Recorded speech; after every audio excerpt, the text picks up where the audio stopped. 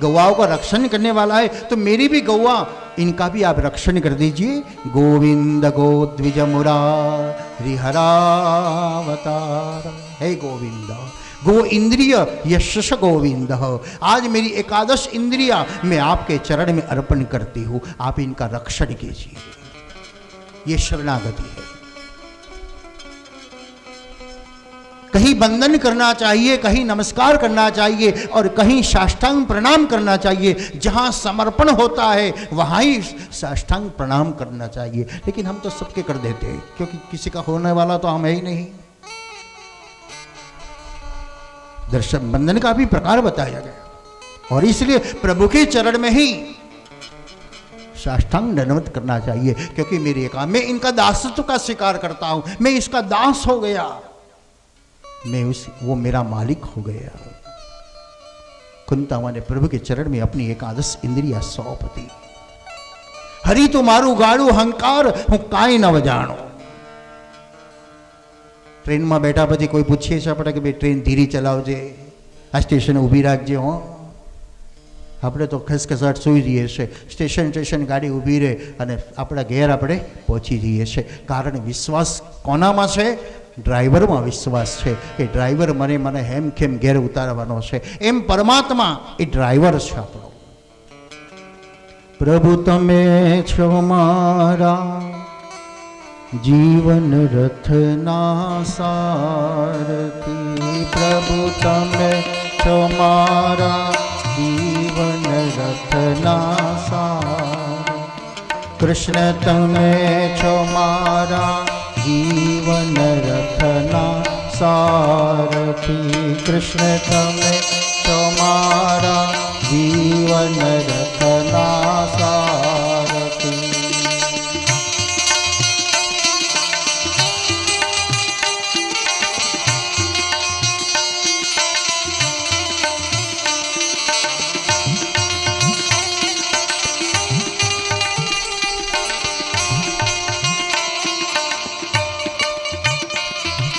ज्ञानन भक्ति बे पैडा रखना, ज्ञानन भक्ति बे पैडा रखना। चलाववाने हूँ समरथना, चलाववाने हूँ समरथना। मन ना घोड़ाओ ना दौड़े, मन ना घोड़ा ओ ना दौड़े। ज्યાં ત્યાં દે દરકાર थी, मारा जीवन रथना सारथी। कृष्ण तमे छो मारा जीवन रथना सारथी।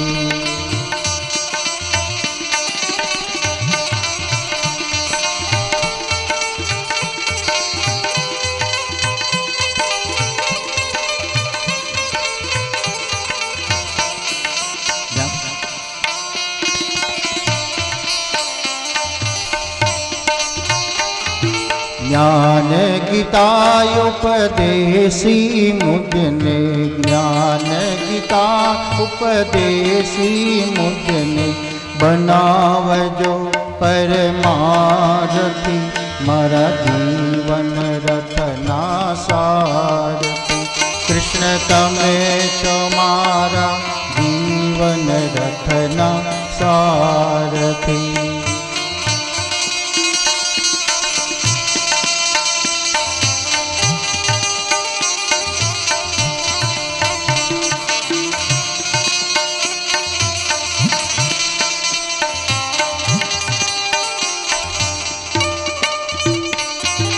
मारो न तारो मन थी मूको, मारो न तारो मन थी मूको।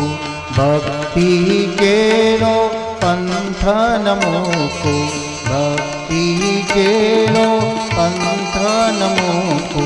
मनडो मारो कदी न विसरे, मनडो मारो कदी न विसरे।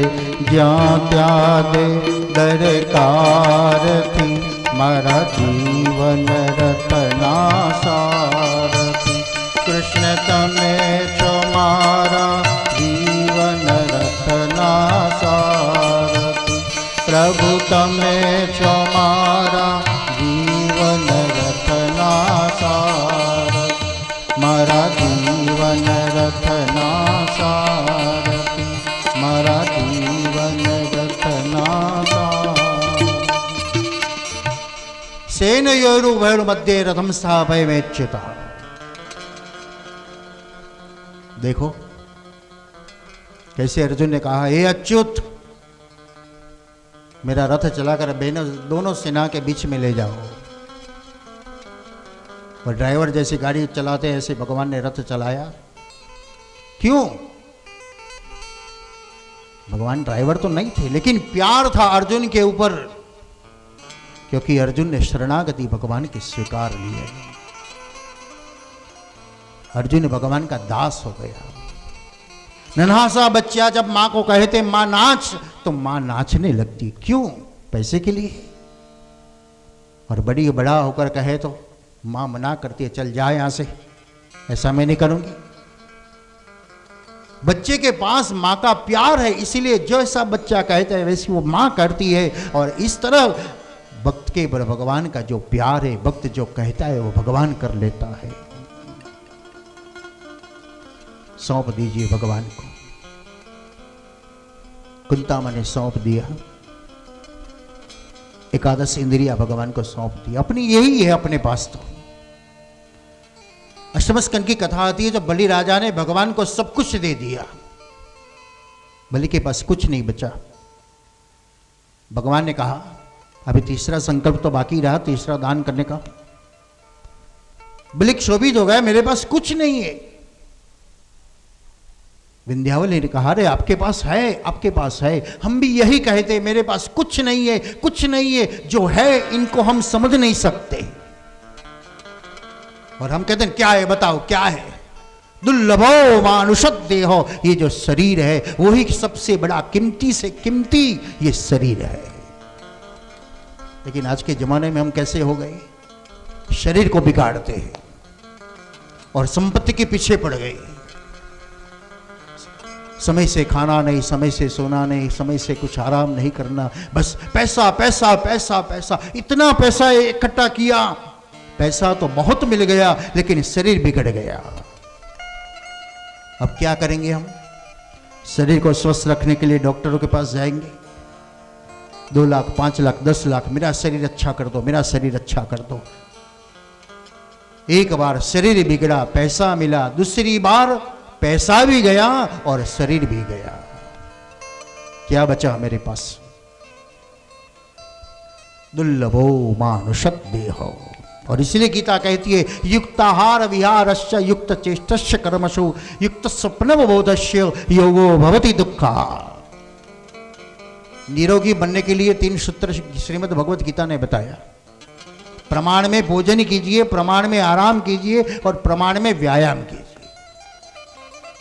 वो लिमिट बताई, लिमिट से। अपने खाने से पहले भी डकात आती है ना, भाई बस अब बंद कर, अब बंद कर, लेकिन हम डालते रहते डांटते रहते तो वॉमिट होती है। कुंता स्तुति ने जो बताया, प्रभु के शरण में आश्रित हो गई कुंता मां। भगवान हस्तिनापुर से द्वारिका की ओर चल पड़े, लेकिन भगवान वापस आए। क्यों वापस आए यह भी समझना है। गए हुए भगवान वापस क्यों आए? कोई बुलाने तो नहीं गए। कुंता मां ने सोचा मैंने भगवान की बहुत प्रार्थना की, इसलिए भगवान वापस चले आए। पांडवों ने सोचा इतना प्यार हमने दिया है तो भगवान हमेरा प्यार नहीं भूल पाया, इसलिए वापस चले आए। लेकिन भगवान पांडवों के प्यार के लिए नहीं वापस आए, कुंता की स्तुति प्रार्थना के लिए वापस नहीं आए, लेकिन भगवान वापस आए भीष्म पितामह के लिए वापस आए। ये शरणागति है। भीष्म प्रभु के शरण में आश्रित है। मृत्यु के सैया पर लेटा हुआ भीष्म, बाण सैया पर लेटा हुआ है। मृत्यु का समय नजदीक आ रहा है। कौरव पांडव सब लोग खड़े हैं। भीष्म बार बार आंख खोल कर देखता है, किनको खोजता है? कौरव पांडव सब लोग कहते हैं दादाजी क्या चाहिए? हम है, हम है। भगवान भीष्म मन में कहा रहा, मैं आपके सामने नहीं देखता, मैं तो मेरा भगवान को खोज रहा हूं, लेकिन मैं कैसे बताऊं? मृत्यु के सैया पर लेटी हुई मां किसको याद करती है? वो अपनी बेटी नहीं आई अभी, बार बार उसकी ओर देखती, अभी नहीं आई, अभी नहीं आई। ऐसे भीष्म भी भगवान को बार बार देखता है, भगवान अभी नहीं आया, अभी नहीं आया। भीष्म ने हृदय से पुकार किया, कान में आवाज आई रथ के पैरे की, घोड़े की पैर की आवाज आई, वही भगवान आ रहा है, ये भगवान आ रहा है, भगवान आ रहा है। जुओ मंगल घंट संभळाय, मोहन मारो आवे। जुओ मंगल घंट संभळाय, मोहन मारो आवे। एनी स्वारी ना પડધા સંભળાય, મોહન મારો આવે છે। એની સ્વારીના પડધા સંભળાય, મોહન મારો આવે।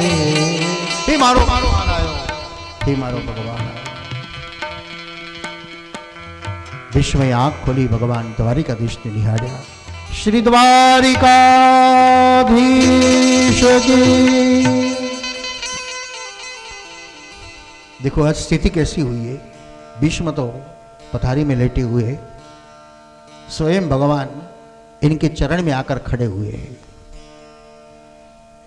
पहला तो प्रश्न होता है कि प्रभु के सामने चरण नहीं रखना चाहिए, लेकिन भीष्म लेटे हुए ऐसे और भगवान वहां ही आके खड़े हो गए,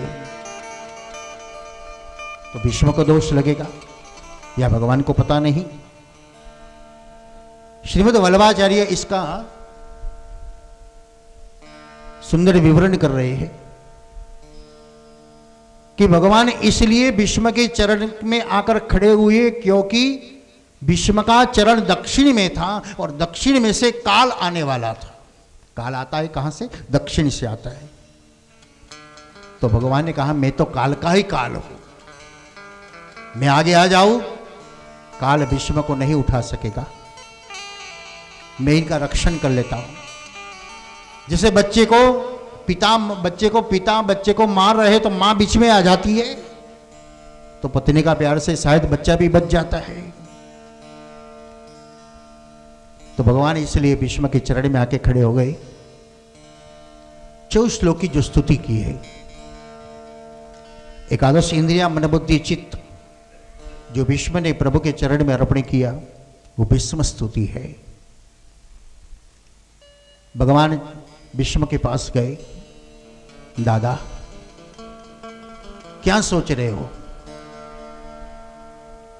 मृत्यु के समय क्या होता है? शास्त्र बताता है 4 प्रकार की पीड़ा होती है। पहली पीड़ा क्या होती है? पाप स्मरणात्मक दुख, जीवन का किया हुआ पाप जो हमने छुपाया है वो हमारे सामने आकर खड़ा होता है। दूसरा दुख होता है मोहात्मक दुख, ये परिवार संपत्ति सब इकट्ठी किए वो सब छोड़कर जाने, ये मोह का दुख होता है। तीसरी पीड़ा होती है देहात्मक दुख होता है। एक सोई लगने से कितनी पीड़ा होती है, तो एक साथ नाड़ियां टूटती है, श्वास रुंधाता है तो कितनी पीड़ा होती है। और चौथा दुख आता है भावी स्मरणात्मक दुख आता है। आज तो मैं इतना वैभव में बैठा हूं, कल मैं कहां जाऊंगा, कैसे रहूंगा, कहीं मेरा जन्म होगा वो पता नहीं, वो भावी चिंतात्मक दुख होता है। भगवान ने कहा भीष्म क्या सोच रहे हो? भीष्म ने कहा भगवान मैं सोच तो रहा हूं, तो बताओ मैं कोई पीड़ा हो तो दूर कर सकूं। मैं ये सोच रहा हूं कि मैंने जीवन में ऐसा कौन सा गलत काम किया कि आज मृत्यु के समय मुझे कोई रूह की पथारी नहीं मिली और छिद्र छिद्र में बाण मिला है। यही मैं सोच रहा हूं कि मैंने जीवन में ऐसा कोई गलत काम नहीं किया।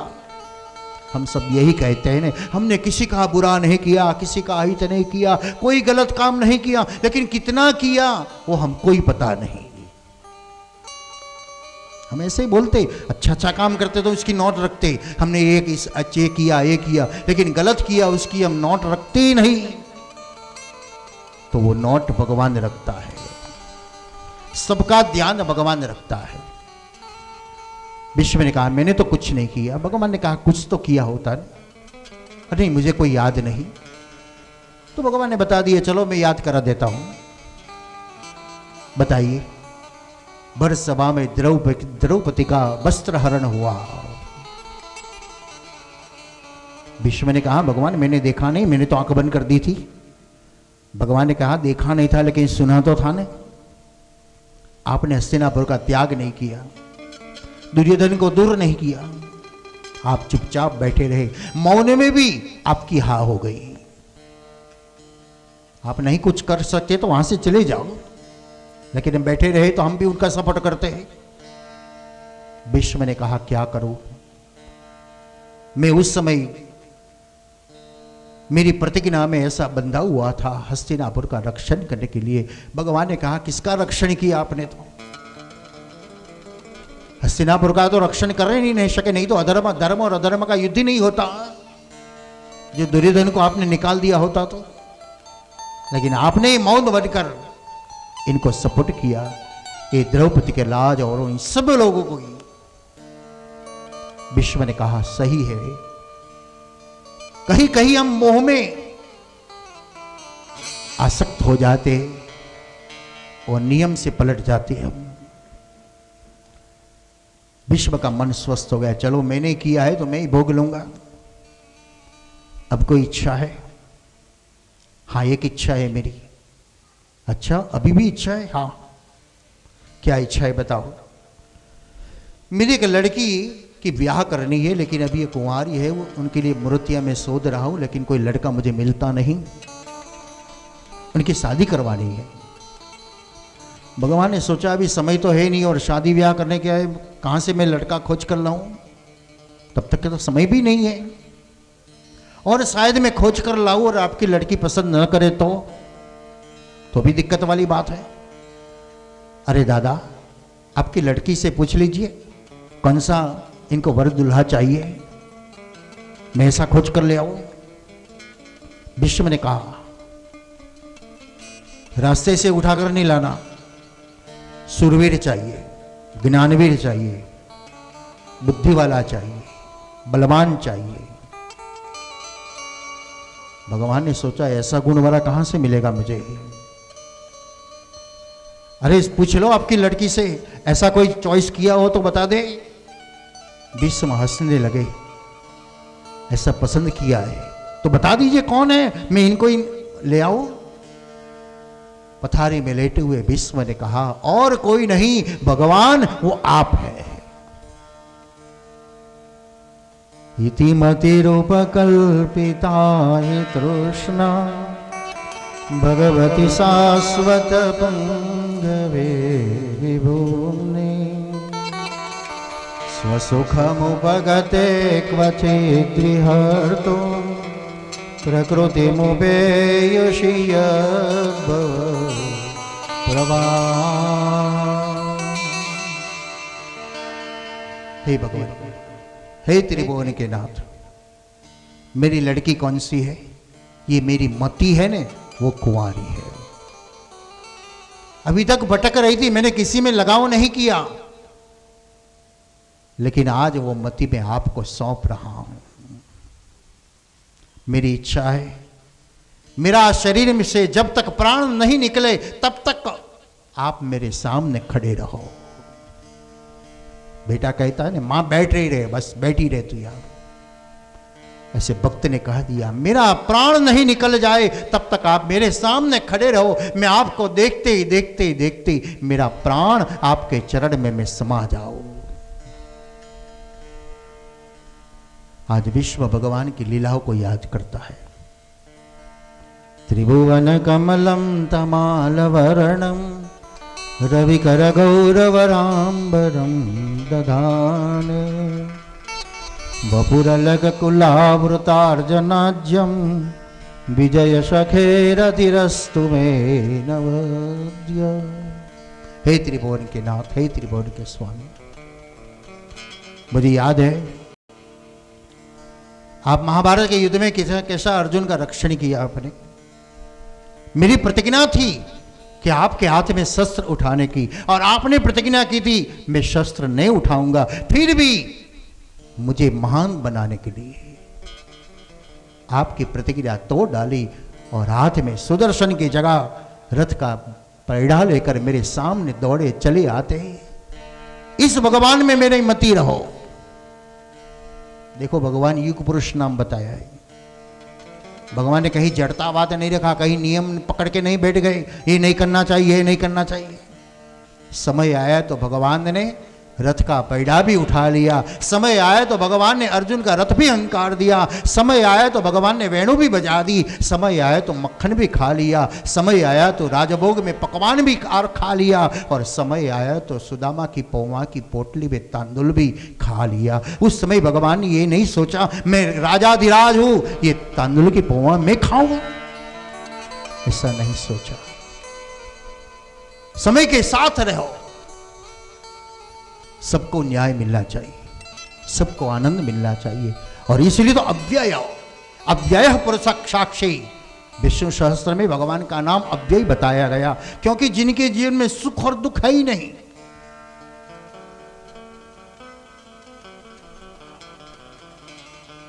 द्वारिका में विराजे तो भगवान इतनी प्रशंसा से विराजे, और प्रभा क्षेत्र में पेड़ के नीचे आकर भूमि पर सो रहे तो इतनी प्रसन्नता है, कोई दुख नहीं है।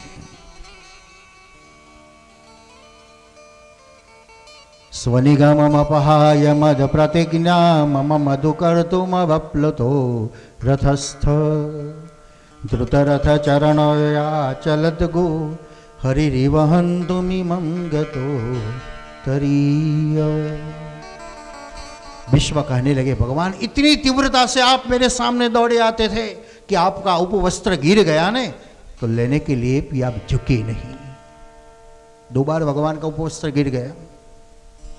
दूसरी बार कब गिरा तो सुदामा जब भगवान द्वारिकाधीश को मिलने गए और द्वारिकाधीश दौड़ कर जा रहे, उस समय भी उपवस्त्र गिर गया। भगवान झुके नहीं लेने के लिए। दोनों का अर्थ श्रीमद् वल्लभाचार्य बता रहे हैं। एक बार क्षोभ हुआ,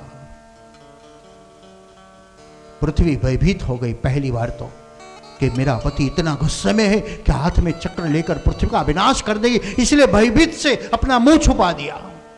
और दूसरी बार क्षोभ हो गया, मेरा पति मुझे डांटेगा, तूने मेरा मित्र सुदामा की ऐसी दशा कर दी। थोड़ा लांछन आ गया तो लांछन में भी मुंह ढांक देते हम। भीष्म ने याद किया। एक एक श्लोक में भीष्म भगवान को कहते मुझे ये स्वरूप में मन लगा रहे, ये स्वरूप में मन लगा रहे। ये तो भूमि में आप जब अर्जुन का कैसा रक्षण करते थे, उस समय आपको पसीना आता था, पसीना के बूंद पर धूल लगती थी, धूल के सूरज का किरण लगता था और वो मोती जैसा चिबुक बन गया था। वही भगवान में मेरा मन लगा रहा है। एक अंतिम मुझे एक लीला याद है। भगवान ने कहा क्या बताओ? मुनिगणनुपवर्य संकुलन्ते सदसि युधिष्ठिर राजसु येषाम्। युधिष्ठिर राजा ने जब यज्ञ किया और यज्ञ में बहुत से लोगों ने सेवा का लाभ लिया, लेकिन एक सेवा कोई नहीं कर सका जो सेवा आपने की। अच्छा, कौन सी सेवा? विश्व ने कहा भगवान मुझे बराबर याद है, जब युधिष्ठिर ने आपको भोजन पाने के लिए पुकार किया तो सेवक ने आपने कहा कि युधिष्ठिर को बता दीजिए मैं संध्या वंदन कर रहा हूं। वो संध्या कौन सी थी? ऋषियों की ऐठी पाथर उठा रहे थे भगवान, उस भगवान में मेरा मन लगा रहो। सेवा क्या है, सेवा कौन सी है, यही हम नहीं समझते। हम सेवा केवल मंदिर के लिए सीमित कर दी, हम सेवा केवल भगवान के सामने जाने के सीमित कर दी, लेकिन इस सेवा का व्याप करना चाहिए। आप रास्ते में छिलका पड़ा हुआ उठाकर गाय को खिला दो, ये भी एक सेवा है। लेकिन वो हम नहीं करेंगे क्योंकि हमें कोई नौद नहीं लेता, हमको कोई देखता नहीं, कोई ताली बजाता नहीं, लेकिन हम मंदिर में जाके घंटा बजाने के लिए झगड़ा कर देंगे। लोग कहेंगे बहुत सेवा करता है, उस सेवा में कुछ नहीं मिलता। सेवस्य साधु पुरुष जहि काम तृष्णा अन्यश्च को दोष गुण चिंतन मास भुक्तवा सेवा कथा रसमहो नितराम पिबत्वम। श्रीमद् भागवत भी यही कहते हैं। सेवा क्या है? सेवा हम किसी के शादी में गए, अच्छे अच्छे कपड़े पहनकर बहुत अच्छा खाना खिलाया और रास्ते में कुछ गिरा है तो हम लोगों को कहेंगे लेकिन इतना रुपया खर्चा किया, 2-4 आदमी रखना चाहिए, गिरा हुआ सब साफ करा दो। लेकिन हम करने के लिए तत्पर नहीं रहेंगे। हमको बोलेगा तो हम मना कर देंगे, 2000 रुपया चाहे तो ले जाओ, क्योंकि हमको सेवा का भाव ही नहीं है। और सगा और वाला का जो डिफरेंस है ये है, सगा किसको कहते हैं? जो दोष निकाले, बिगाड़ने का काम करे, वो सगा है। और हम सब देखते हैं ना, शादी के ब्याह होते हैं और सगा आते, हमको ये नहीं बुलाया, ये नहीं किया, चला जाता है। उनका दृष्टि है कहीं बिगड़ा है बस। और वाला वो होता है जो बिगड़ता हुआ सुधार दे, वो वाला है। यानी समाज वाला बन सकता है क्योंकि उनको कुछ लेना देना नहीं है, फिर भी वो दौड़ कर आएगा, भाई बिगड़े बात बिगड़नी नहीं चाहिए, उसको सुलह कर दीजिए। भगवान वाला बन गए, अपना मान लिया। और इसलिए यज्ञ में अव्यवस्था नहीं होनी चाहिए। जो काम नहीं कर सका, कोई नहीं है, तो वो काम भगवान ने खुद कर दिया। ऋषियों की ऐठी पाथर उठा ली, भीष्म ने इसकी नोट कर दी। और आज मृत्यु के समय पर भीष्म वो लीला को याद करके कह रहा है, उस भगवान में मेरा मन रहो। यानी इतना बड़ा हो गया फिर भी क्या नहीं भूला? सेवा। बड़ा हुआ तो क्या हुआ, जैसा पेड़ खजूर, पंछी को छाया नहीं, फल लागे अति दूर। केवल बड़ा होने से कुछ नहीं होता, बड़ा होने के बाद भी छोटा बन सके, वही बड़ा बन सकता है। जो भगवान है, सहज काम भी भगवान करने में तत्पर हो जाते हैं, इनको कहीं क्षोभ नहीं होता है। विश्व ने भगवान की स्तुति की, विश्व का प्राण भगवान के चरण में समा गए। भगवान हस्तिनापुर से द्वारिका की ओर चल पड़े। द्वारिका में भगवान का स्वागत किया। उत्तरा दौड़ती चली आ रही है, भगवान मेरा रक्षण कीजिए। भगवान ने उत्तरा का भी रक्षण किया। समय चल रहा है। एक बार अर्जुन ने देखा, बहुत दिन हो गया, मैं भगवान द्वारिकाधीश को मिलने जाऊं। युधिष्ठिर ने कहा अच्छा। जब अर्जुन द्वारिका की ओर गए, द्वारिका के जाकर देखा और तुरंत वापस आ गया। जब अर्जुन वापस आया तो रोने लगा है, बहुत रोता है। युधिष्ठिर ने कहा क्या हुआ अर्जुन? क्या बताऊं भैया, मेरा सब कुछ चला गया। आज मुझे ज्ञान होता है कि महाभारत का युद्ध में मेरी विजय नहीं थी, मेरा रथ चलाने वाले भगवान द्वारिकाधीश की विजय थी। आज मैं हूं, मेरा रथ है, लेकिन कौन नहीं है? मेरा रथ ही नहीं है। किसकी महत्ता है, किसकी विशेषता है? शरीर माध्यम धर्म साधनम। कालिदास कहते हैं ये शरीर एक माध्यम है परमात्मा को पाने के लिए। जब शरीर निकल जाएगा तो क्या रहेगा? रथ तो है, ये शरीर रथ तो है, लेकिन रथ को चलाने वाला आत्मा ही नहीं रहेगा तो शरीर की क्या स्थिति होती है?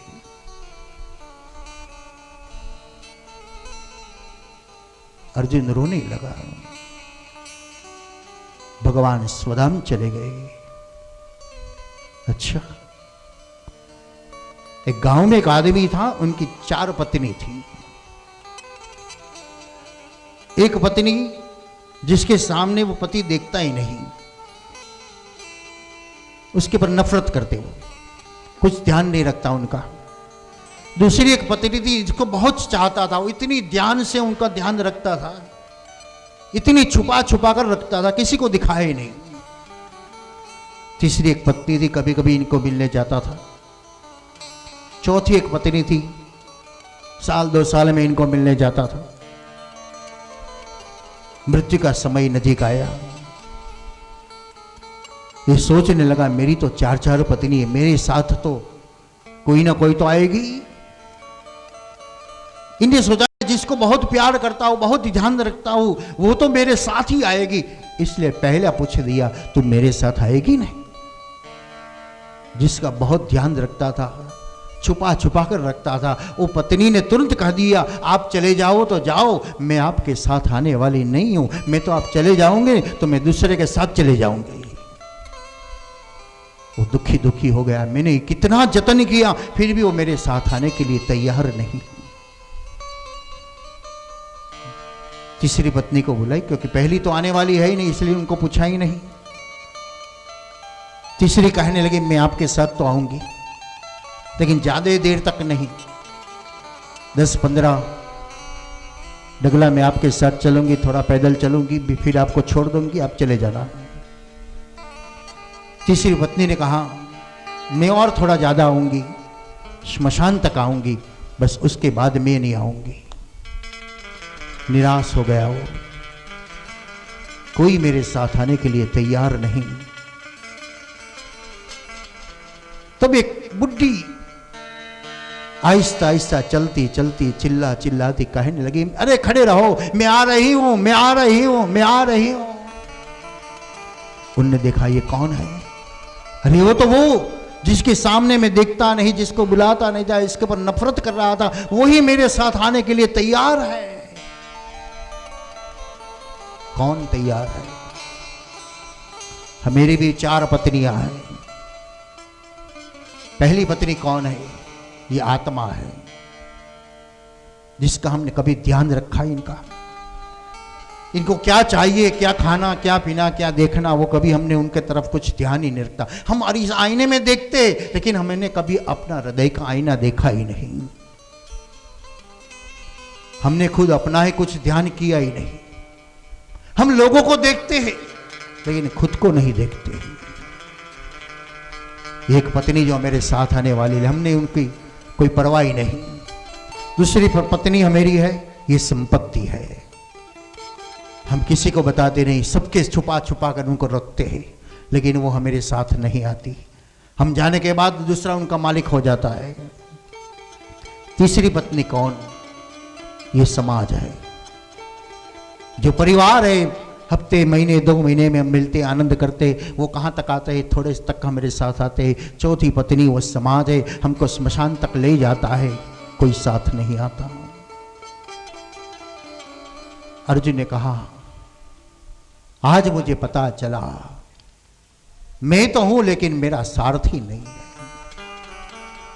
शरीर है लेकिन शरीर में प्राण नहीं है, आज पता चला, इसीलिए तो हम उनको घर से निकाल देते हैं। प्राण की महत्ता थी, शरीर की नहीं थी। लेकिन शरीर को हम मानते थे, सत्य शरीर को मानते थे, आत्मा को हम समझ ही नहीं पा सके। लेकिन जब अनुभव हुआ, वो चला गया। कौन चला गया? ये तो अपने सामने खड़ा है, वो अपने सामने बैठे, जिसको हम बुलाते, पास में बातचीत करते थे, वो तो है नहीं, वो गया। कौन गया?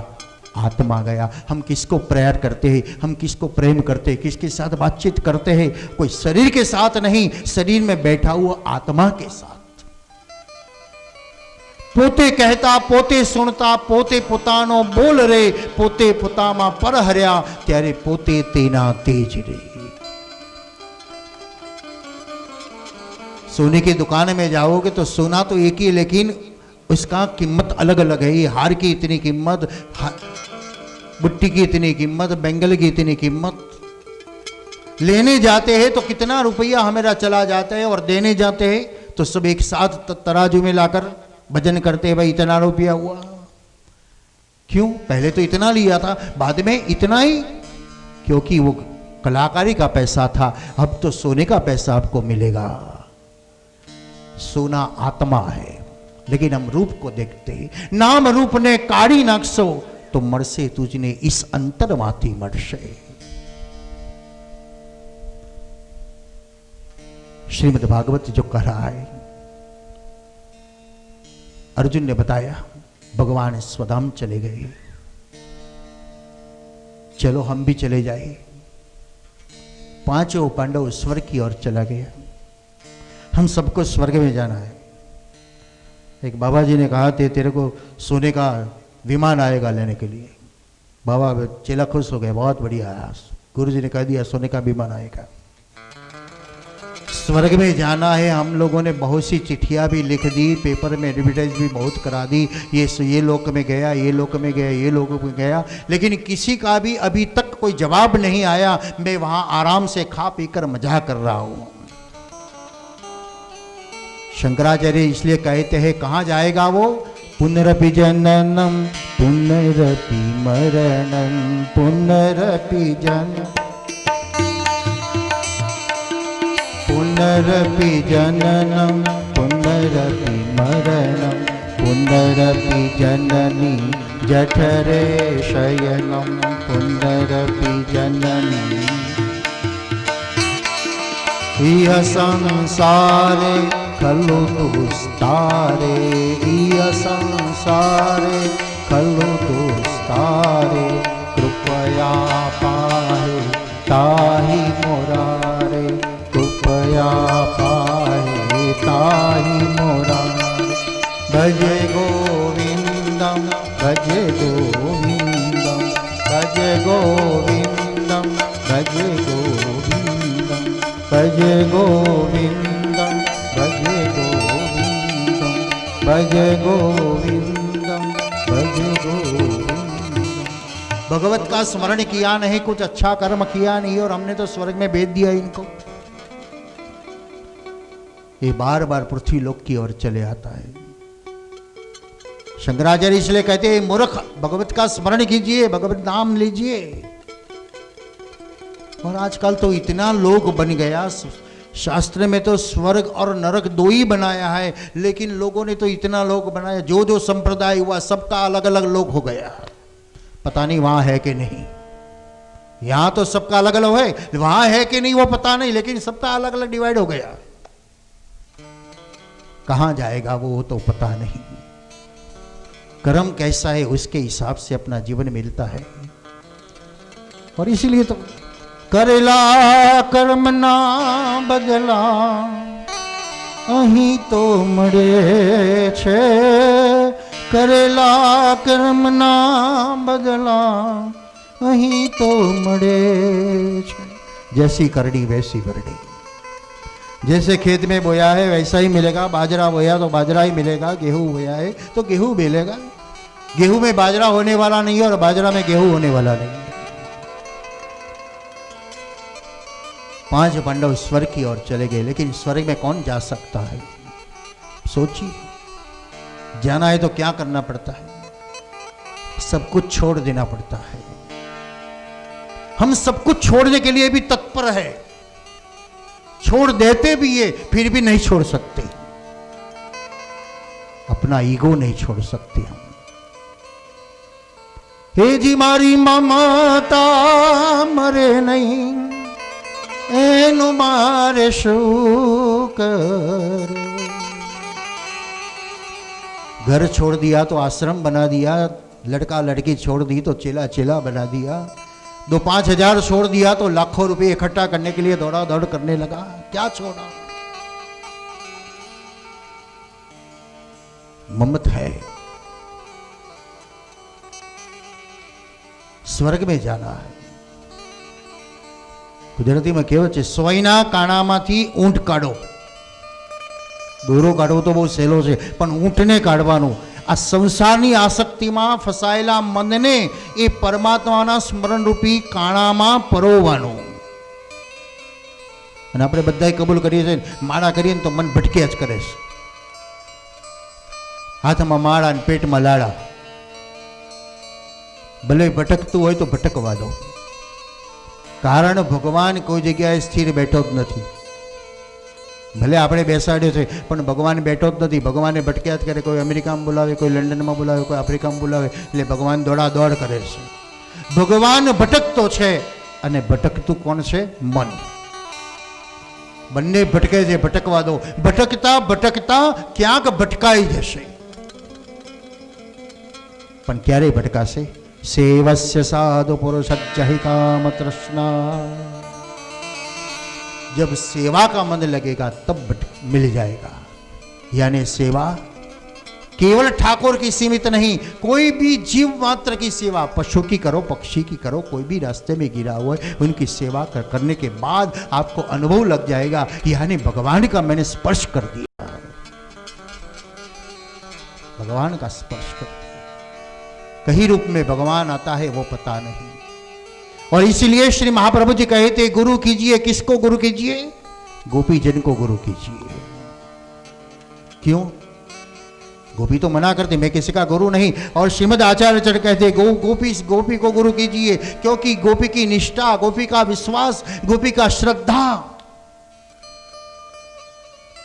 जब उद्धव भगवान का संदेश लेकर व्रज की ओर जा रहा है और गोपिया को देखकर कहने लगा, अरे गोपी, मैं कृष्ण का संदेशा लेकर आया, तब गोपियां दांत निकालकर हंस रही है। उद्धव ने कहा, अरे ऐसा? कृष्ण का वियोग में कितना दुखी है, ये तो कृष्ण कह रहा है, और आप तो कोई दुखी तो है नहीं, सब दांत निकालकर हंसती है।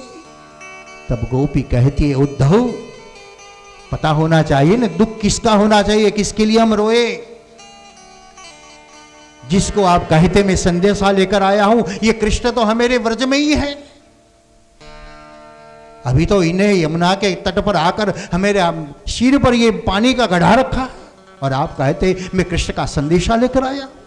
उद्धव, पुकार से वो मिलते हैं, फिर दूसरी बात तो करते क्यों? जो प्यार है वो प्यार है, फिर दूसरी बात तो करते क्यों?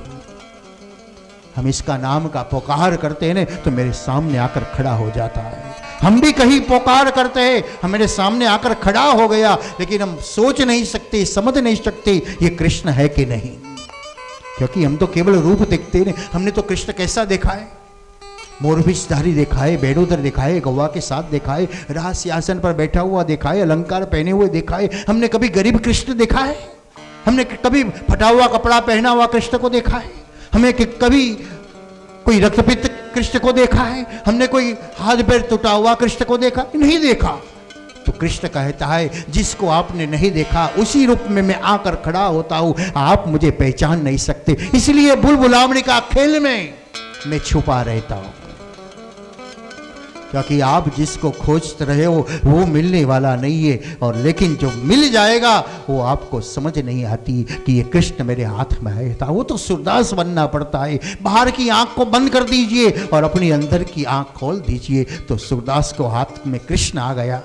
वो कहने लगा, आप चाहे छोड़कर चले जाओ, लेकिन मेरे हृदय में बैठे हुए कृष्ण कभी मुझे छोड़कर नहीं जाने वाले। मैं जानता हूं आप ही कृष्ण हो, आप ही परमात्मा हो। मैं अंधा हूं, देख नहीं सकता, लेकिन मुझे पता चल गया आपका पकड़ कर कि आप ही परमात्मा हो। भक्तों भावना हो सामड़ियो सर्वमा, भक्तों भावना हो, भक्तों भावना हो सामड़ियो सर्वमा।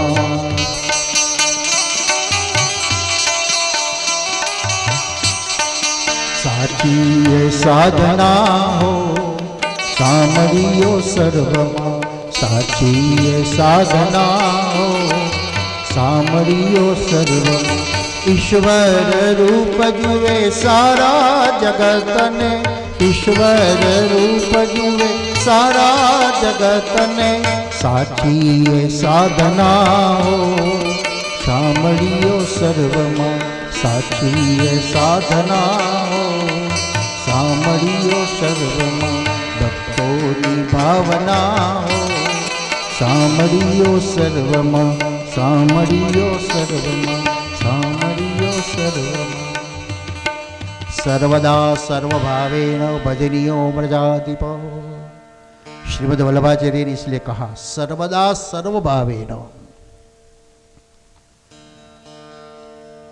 जिसका भी काम कर रहे हो, कहीं भी काम कर रहे हो, या घर का हो, ऑफिस का हो, व्यवसाय हो, परिवार का हो, लेकिन ऐसी अनुभूति होनी चाहिए मैं सेवा कर रहा हूं सर्वदा सर्वभावेन।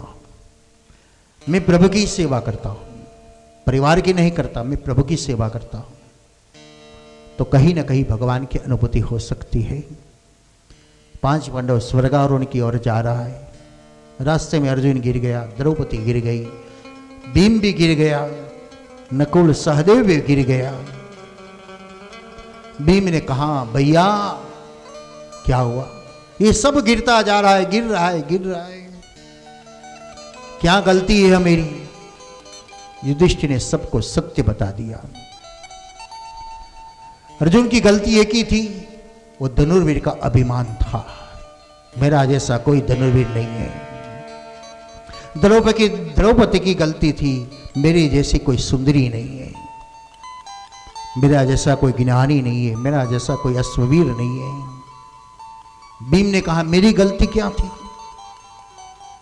भैया ने कहा, तेरी गलती एक ही थी, दूसरा बुखार है तो बुखार रहने दे, मेरा पेट भरना चाहिए। हम सब की यही गलती है ना?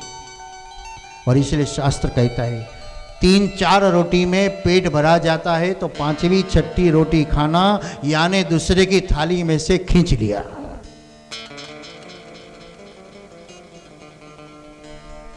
हम ये करते हैं, और ज्यादा खा लेते हैं तो दूसरे को खाना नहीं मिलता है। भगवान युधिष्ठिर ने कहा, भीम तेरी ये गलती थी, इसलिए अन्न का बगाड़ नहीं होना चाहिए। ये देवता है और समाज को बहुत सीखना चाहिए, करना चाहिए, लेकिन आज के समाज में सब हाईफाई हो गए, नहीं बिगाड़े तो लोग कहेंगे गंवार है, और इसीलिए बिगाड़ते हैं, और बिगाड़ने में वो अपना स्टेटस मानते हैं। आपने देखा होगा 15-20 साल के पहले के समय में जब आपके गांव में पंगत लगती थी, पत्ते का पातड़ बनती थी, परसने वाला लाइन सर बैठे हुए, परसने वाला लाइन से निकलता था, थोड़ा थोड़ा बचता था उस समय भी, लेकिन उसका बिगाड़ नहीं होता था। जब जूठा पातड़ बाहर डालते थे तो बाहर बर्तन लेकर लोग खड़े रहते थे और उनमें से निकाल निकाल कर वो सब घर पे ले जाकर खाते थे। आज तो हम बिगाड़ी कर रहे हैं, ये बुफे एक निशंस हो गया, बिगाड़ने का काम करने का एक साधन हो गया। दोबारा कौन जाए, इसलिए थाली में जितना नहीं समाया फिर भी समाने का लेते रहे और खाया नहीं खाया और जूठा फेंक दिया, वो सब कहाँ जाता है? उकेड़े में। कम से कम एक काम कर लो तो भी बड़ी सेवा है समाज की, कि जितना चाहिए इतना हम खाए। खाने की छुट्टी है, जितना खा सकते हो इतना खाए, लेकिन बिगाड़ नहीं होना चाहिए। आज के समय में तो थोड़ा परिवर्तन भी आया, कहीं कहीं तो लोग खड़े रहते, थाली में बिगड़ा हुआ है तो भाई 10 रुपया गौशाला में दे दो, गौवा के घास के लिए, आपने खाना बिगाड़ा ना, या तो खा जाइए। बहुत आवश्यकता है। समाज में ऐसे कितने लोग हैं कि जिसको खाना नहीं मिलता, कितने लोग हैं जिसको दाल चावल खाया कितने दिन हो गया वही इनको पता नहीं, तो मीठा तो कहां मिलेगा? हमको जितना खाना इतना खाए, बिगाड़ नहीं होना चाहिए, दूसरे के मुंह में जाना चाहिए। केवल युधिष्ठिर स्वर्गारोहण की ओर जा रहा है, समय चल रहा है,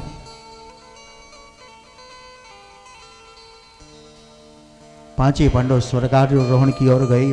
परीक्षित का जन्म हुआ। परीक्षित जो परीक्षा में पास हुआ है वो परीक्षित है। हम सबकी बहुत सी एग्जाम हो गई, लेकिन एक फाइनल एग्जाम हमारी बाकी है, और वो एग्जाम कौन सी है? मृत्यु की एग्जाम है। क्योंकि को नाम मृत्यु। रात को चूहा अपने पर गिरे तो कैसे घबराहट हो जाती है, तो जब मृत्यु का समय आएगा तब हमारी कैसी स्थिति होगी। परीक्षित राजा बन गए। एक बार परीक्षित नगर चर्चा देखने के लिए गए। पहली बार परीक्षित बहुत संपत्ति लेकर अपने घर पे आए, राज बहुत से अपना राज्य का साम्राज्य भी बढ़ा दिया। सोचा मेरा पिता ने कितना जमा किया है पैसा, मैं देखूं तो सही। सभी कमरा खुला है, लेकिन एक कमरे में ताला लगाया हुआ है। परीक्षित सर, इतना सोने चांदी हीरा मोती का कमरा खुला है और ये सामने छोटा सा कमरा है और उसमें ताला लगाए, क्या होगा? और कीमती होगा, और कीमती होगा। जिज्ञासायं प्रकृते पुरुष्य, ये सस्पेंस में जिज्ञासा ज्यादा होती है। परीक्षित ने देखा, सुवर्ण में हीरा जड़ी सोने का मुकुट देखा।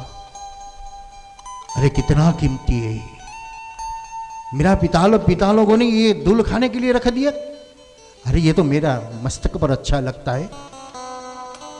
जब अपने मस्तक पर सुवर्ण में हीरा जड़ी सोने का मुकुट लगाया और व्यास जी ने कलम लिखी, एकदा धनुर्धम्यन विचरन मृगयाम बने।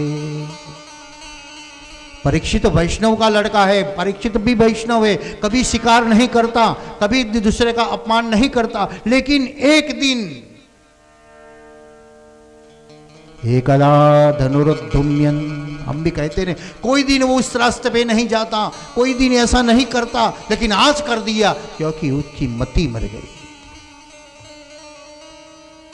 आज विचार उसका भ्रष्ट हुआ क्योंकि उनका भोजन भ्रष्ट हो गया। स्मृति वंशात बुद्धि नाशो, बुद्धि नाशात प्रणश्यति। रोज अच्छा भी नहीं होता और रोज बुरा भी नहीं होता है। जिस जिसका संग होता है ऐसा होता है। अच्छा का संग हो गया तो अच्छा काम कर लेते और बुरा का संग हो गया तो बुराई हो जाती है। अभी तक परीक्षित को अच्छाई का संग था, आज पहली बार परीक्षित को बुराई का संग हो गया क्योंकि वो अनिति का धन था। जिस संपत्ति अपने हाथ में आने के बाद आपको सुख मिले तो जानना ये संपत्ति नीति की है, और जो संपत्ति अपने हाथ में आने के बाद अपने सुख को छीन लिया जाए, अपने घर को क्लेशित कर दिया जाए, तो जानना ये संपत्ति अनीति का है, जो मेरा विनाश करने के लिए आई है। इस संपत्ति का भी प्रकार होता है, प्रभाव होता है। अपने घर में आने से कोई कहीं सुखी हो जाता है, कोई 1 रुपया भी दे दे और अपना जीवन धन्य हो जाता है, कोई हजारों रुपया दे जाता है और अपना जीवन दुखी दुखी हो जाता है, क्योंकि वो अनीति का धन है। अभी एक शंकराचार्य जी का प्रश्नोत्तरी में मैंने यूट्यूब पे देखा, और शंकराचार्य जी ने स्वयं अच्छा उपदेशानंद नाम है और कहा कि 3 प्रकार, उन्होंने बताया, मेरा गुरु जी बता दे कि दान 3 प्रकार का होता है। एक अमृत दान होता है, दूसरा दूध दान होता है, और तीसरा खून दान होता है। तो अमृत दान किसको कहते हैं? बिना मांगे कुछ मिल जाए, ये अमृत समान है। मांगने से बाद मिले, वो दूध समान है। और जबरदस्ती खींचकर इतना दो, इतना दो, इतना दो, ये खून समान है। ये संपत्ति विनाश करती है, चाहे संत हो या संसारी हो। हम दूसरे का खींच खींच कर लेगा, ये खून के बराबर है। मांग मांग कर लेगा, ये दूध के बराबर बताया। और बिना मांगे जो भी मिले, ये अमृत है। श्रीमद् भागवत। परीक्षित का पहली बार मन में विचलित हुआ, और विचलित होने के परीक्षित शिकार करने का सोचने लगा और शिकार करने चल पड़े। श्रमिक ऋषि के आश्रम में जब गया तो परीक्षित ने देखा ये ऋषि ध्यानस्थ अवस्था में है। देखो, श्रीमद् भागवत की कथा भी यही उत्तरार्ध में बता रही है। जब यदुवंशी भगवान कृष्ण के परिवार जनन प्रद्युम्न के बेटे, उनके बेटे, और ऋषि मुनि के पास जाकर कहने लगा, अरे गुरुजी देखिए, ये लड़की को लड़का होगा या लड़की होगी। तब ऋषि मुनि ने देखा ये यदुवंशी भ्रष्ट हो रहा है, स्वच्छंदी हो रहा है। स्वतंत्रता में स्वच्छंद आ जाती है तब समाज का विनाश होता है। इस शास्त्र स्वतंत्रता का विरोध नहीं करता, लेकिन इस शास्त्र स्वच्छंदता का विरोध करता है। आज समाज में स्वच्छंद आने लगी तब उत्पात होता है। सब स्वतंत्र है, लेकिन इसका अर्थ ये नहीं स्वच्छंद होना चाहिए। और आज के जमाने में थोड़ी सी चीज छूटछाट दे दो तो सब बादशाह हो जाते हैं, वो स्वच्छंद होता है। तब ऋषि ने जो कहा आज यही परीक्षित के साथ हुआ। एक कली का प्रभाव लेकर जब परीक्षित ऋषि के सामने गया और सामने जाते ही देखा ये ऋषि समाधि में है कि नाटक कर रहा है, आंख बंद करे बैठा है, पागल है क्या? लेकिन मैं परीक्षा कैसे करूं? ये मुझे कोई जलपान नहीं कराता है, मेरा स्वागत नहीं करता, मैं राजा हूं, मेरा स्वागत करना चाहिए, जलपान कराना चाहिए, ये तो आराम से आंख बंद कर बैठा है। तुलसीदास जी कहते हैं साधु न करवा वही सेवा। और आज ये स्थिति हो रही है। धनवान लोग आते हैं तो साधु इनके पीछे पीछे घूमने लगते हैं, क्योंकि 2-5 लाख रुपए देगा वो। आने से पहले बहुत अच्छी अच्छी तैयारियां कर देते हैं। भगवान के पीछे नहीं घूमते, संपत्ति के पीछे घूमने लगते हैं। कलिकाल का प्रभाव है। कली का जो प्रभाव है श्रीमद् भागवत में बताया है। जब परीक्षित दिग्विजय करके अपने घर की ओर आ रहा था, तो परीक्षित ने पहली बार देखा कि 3 पैर कटा हुआ, एक पैर ऊपर एक बेल खड़ा है, और दुबली जिसकी हड्डियां दिख रही है, बुढ़ी हो गई ऐसी गाय को देखा। विष्णु परीक्षित बहुत दुखी हो गया। ये कौन है ऐसा जो बेल और गाय की ऐसी दशा कर दी? परीक्षित बेल के पास गया और पूछा आप कौन है, किसने अपना 3 पैर काट दिया? बेल ने कहा मैं धर्म हूं। सत्यम नास्ति तप शौचम दया दानम न विद्यते उदर भरिणो जीवा विराक्ता कुटभाषिता। श्री महाप्रभु जी कहते कलिका चाल रक्षण बता रहे। आप बीमार पड़े, वो सबसे पहली चाड़ी कौन खाता है? कि आप बीमार हो तो अपनी जीभ खाती है। सब लोग खाने का टेस्ट का वर्णन करते बहुत अच्छा है, बहुत अच्छा है, और हम क्या कहेंगे अरे कुछ स्वाद नहीं आता, कुछ स्वाद नहीं आता। तब कहेंगे ने आपकी जीभ बिगड़ी हुई है, आपको कुछ ताव आया हुआ है, बुखार आई है। सबसे पहली चाड़ी कौन खाती है? हम बीमार है अपनी जीभ, और इसलिए डॉक्टर जीभ देखते हैं, भाई जीभ बताइए। सत्यम नास्ति। कलिकाल में सत्य लुप्त होता जा रहा है। ये कली का पहला लक्षण है। तब तो कोई करने वाला है ही नहीं। आधा घंटा बैठने के लिए कहो तो अरे बहुत काम है, चले जाओ, दर्शन नहीं करना, सेवा नहीं करना, सत्संग नहीं करना, कुछ नहीं, समय नहीं है। समय इतना है, लेकिन हमें ना समय जाता कहां? व्यर्थवाद विवाद में। तो तप नहीं है, दया भी कम होती जा रही है। आज के समय में देखते हैं एक्सीडेंट होते हैं तो लोग वीडियो के बनाने के लिए तत्पर होते हैं, लेकिन इसको उठाकर हॉस्पिटल में ले जाने के लिए कोई तत्पर नहीं करते। दया नहीं है तो दान कहां से करेंगे? अपना ही जीवन परिपूर्ण नहीं होता है, अपना ही पोषण करने में तकलीफ है, वो दूसरे को कैसे देगा? और वो खाने वाला कौन है? वो पाप है। हम खाते नहीं, क्योंकि दूसरे को दिया भी ना। शास्त्र में प्रमाण बताया है सबसे पहले खाने से पहले रोटी गौ को खिलाओ, और खाने से बची हुई रोटी कुत्ते को खिलाओ। ये शास्त्र भी एक पार्टनरशिप बना रहे कि अपना पहले खाना नहीं, दूसरे को त्याग कीजिए, और जो बचा उसका संग्रह भी नहीं करना, वो भी दूसरे को दे दीजिए। लेकिन हम दो ही भूल गए, हम सब अपना ही काम करते बस। धर्म ने कहा मैं धर्म हूं, ये कली ने मेरा 3 पैर काट दिया। गाय को पूछा आप कौन है? मैं पृथ्वी हूं। अच्छा, ये भार मुझे सहन नहीं होता। देखो कितनी क्षमा शिलस्य भूषणम, कितनी क्षमा ये पृथ्वी है, कितनी सूरवीर ये पृथ्वी है। एक कंपारी आती है तो सारी दुनिया नष्ट हो जाती है, लेकिन फिर भी वो कितनी शांत बैठती है। हम इसके पर कितना भी कृत्य करे, अकृत्य करे, दुष्कृत्य करे, तो भी वो सहन कर लेती है। ये पृथ्वी कहती है ये भार मुझे अब सहन नहीं होता है, इसलिए मैं दुबली होती जा रही हूं, दुबली होती जा रही हूं। जब जब पृथ्वी पर भार आता है और ब्रह्मा भगवान को पुकार करना होता है, तब तक देवता लोग किसको आगे करते हैं? पृथ्वी को आगे करते हैं। क्योंकि भगवान की प्रिया है। पृथ्वी का दूसरा स्वरूप गौ है, जो गाय से कृष्ण की प्राप्ति होती है। आप सबको पता है कृष्ण का रेसिडेंट एड्रेस कहां है? हम सब बोलेंगे मंदिर, नहीं।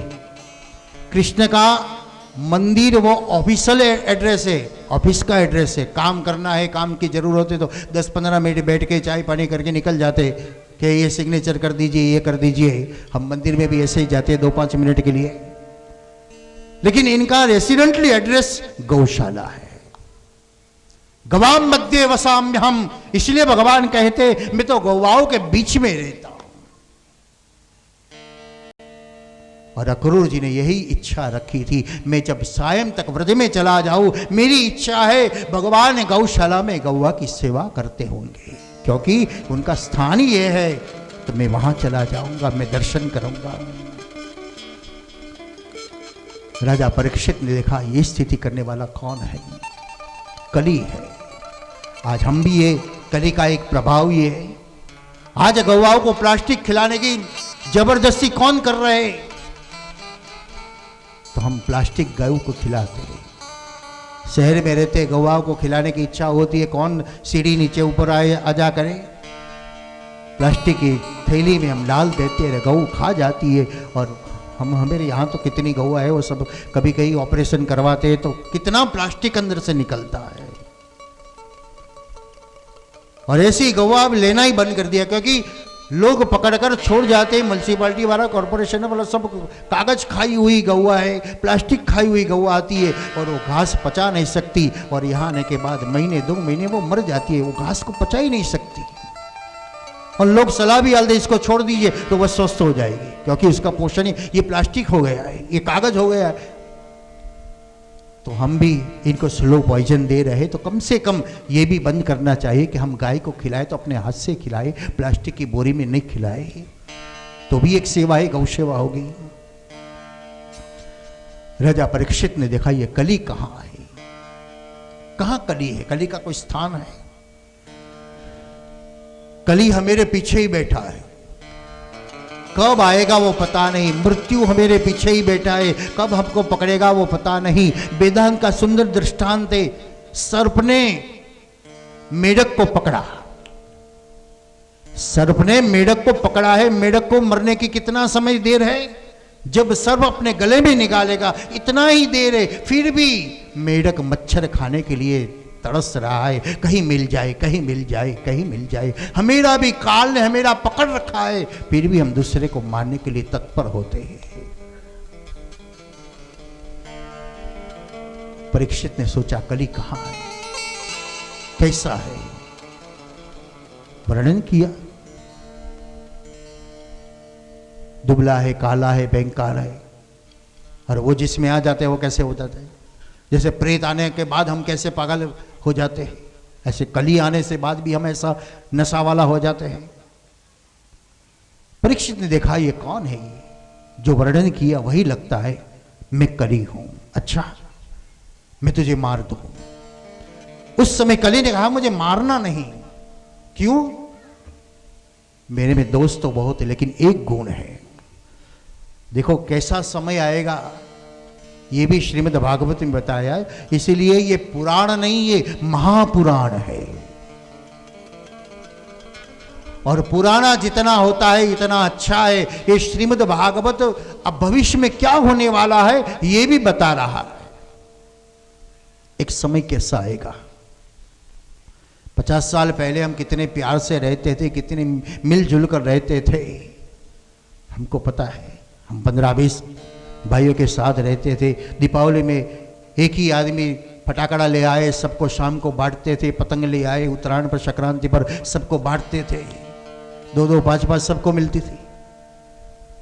और आज तो हम कहेंगे हम इतनी लाएंगे, हम इतना लाएंगे, सब अनोखे अलग अलग हो गए। समय परिवर्तन है और कली का भी ये समय है। कली ने कहा मेरा युग में कैसा होगा, एक समय कैसा आएगा, बताओ क्या होगा। कली बता रहा है किसी के पास टाइम नहीं होगा, समय नहीं होगा। अपना जीवन परिपूर्ण नहीं कर सकता तो दूसरे को सहाय कैसे करेगा? वो दान नहीं कर सकेगा, तप नहीं कर सकेगा, तीर्थ यात्रा भी नहीं कर सकेगा, तो समाज का कल्याण नहीं होगा। तब कली ने एक सहज रास्ता बताया, कुछ नहीं करना तो भी चलेगा, लेकिन एक काम कर दीजिए, मेरे युग में केवल भगवत नाम स्मरण, हरे नामेव नामेव मम केवलम, कलो नास्ते नास्तेव गतिरन्यथा। हे गोविंद हे गोपाल अब तो जीवन हारे, हे गोविंद हे गोपाल अब तो जीवन हारे, हे गोविंद हे गोपाल अब तो जीवन हारे।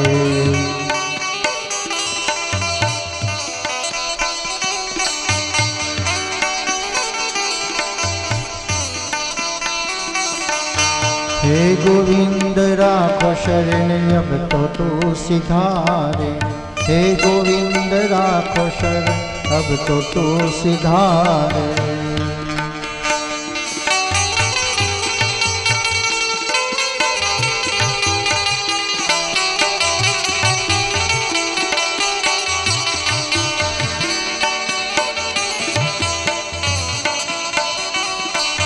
नील पीवन हेतु गयो, नील पीवन हेतु गयो सिंधु के किनारे, नील पीवन हेतु गयो सिंधु के किनारे, सिंधु भी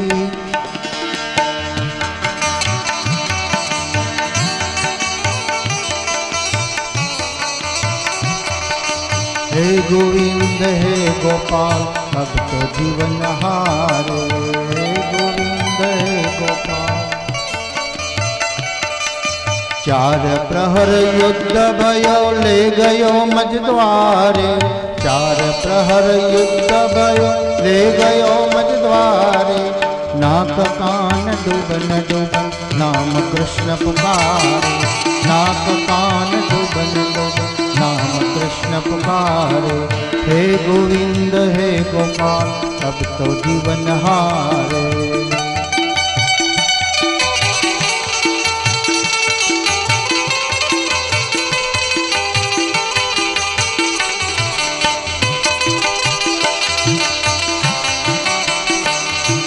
द्वारिका में शोर भयो शब्द भयो बारे, द्वारिका में शोर भयो,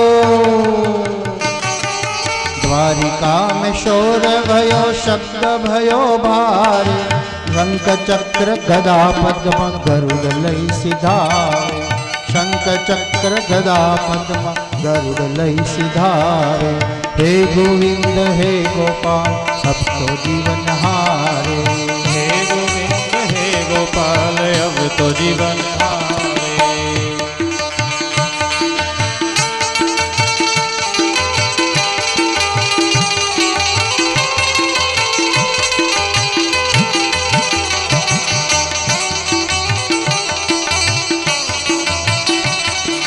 सूर्य कहो श्याम सुनो,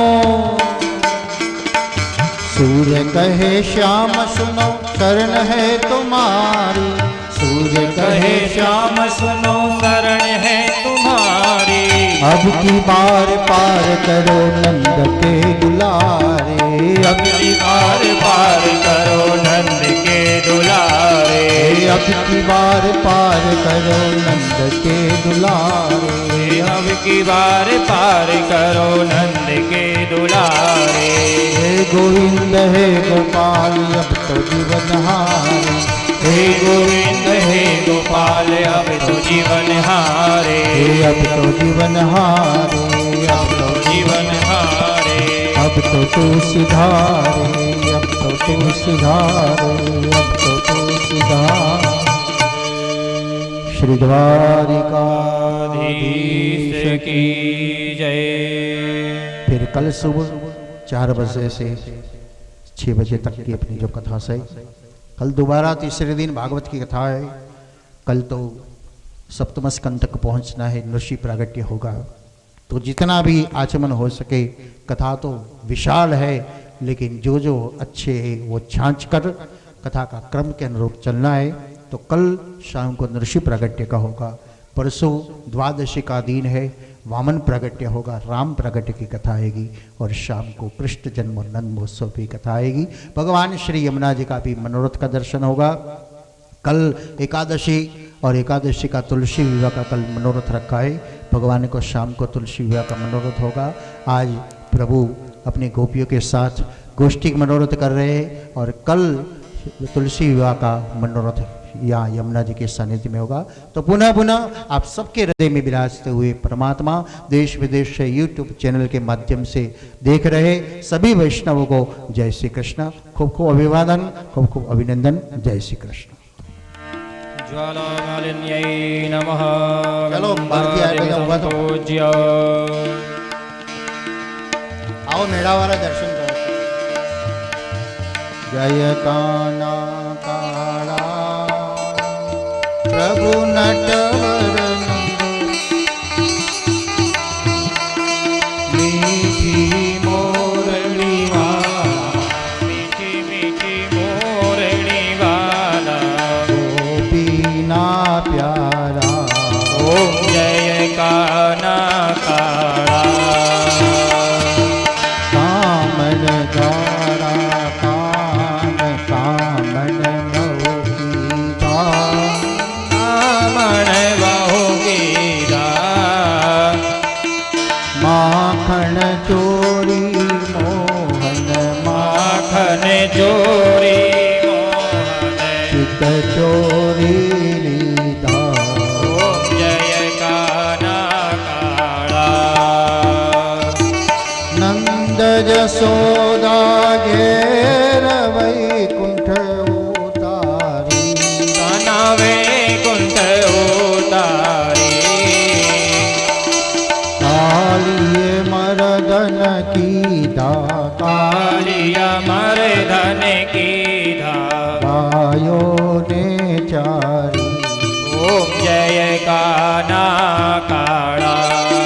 पूर्ण तनो तुझ पार के में नहीं आवे, काना के में नहीं आवे, नेति वेद पुकारे, नीति नीति वेद पुकारे, वैष्णव गुण गाए। ओम जय काना काला। जय काना काला प्रभु नटवर नंद लाला, प्रभु नटवर नंद लाला, मीठी मोरली वाला, मीठी मोरणी वाला, गोपीना प्यारा। ओम जय काना काला। ओम जय काना काला, ओम जय काना काला। कर्पूर गौरम अवतारं संसारसारं भुजगेन्द्रहारं सदा वसन्तं हृदयारविन्दे भवं भवानी सहितं नमामि। कदलीगर्भसम्भूतं कर्पूरेण प्रदीपितम् आरार्तिक्यमहं कुरु मे पश्य मे वरदो भव। जलेन शीतलीकरणम् आरोग्यार्थे आत्मै वन्दनं देवाय वन्दनं मा मन्त्रपुष्पाञ्जलिः। हरिः ॐ मा एकदन्ताय विद्महे वक्रतुण्डाय धीमहि तन्नो दन्ति प्रचोदयात्। गण अम्बिकायै च विद्महे कर्मसिद्ध्यै च धीमहि तन्नो गौरी प्रचोदयात्। नन्दनन्दनाय विद्महे यशोदानन्दनाय धीमहि तन्नो श्रीकृष्णः प्रचोदयात्।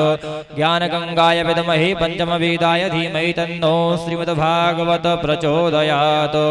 नानासुगन्धिपुष्पाणि यथा कालोद्भवानि च पुष्पाणि दद्मया दत्ता ग्रहाणां परमेश्वरः। मनसः परिकल्पयामि पुष्पांजलि समर्पयामि। बोलिए श्री भागवत महापुराण की जय। श्याम सुंदर यमुने महारानी जी की जय। बांके बिहारी लाल की जय। राधा रानी सरकार की जय, गौ माता की जय। जय जय श्री राधे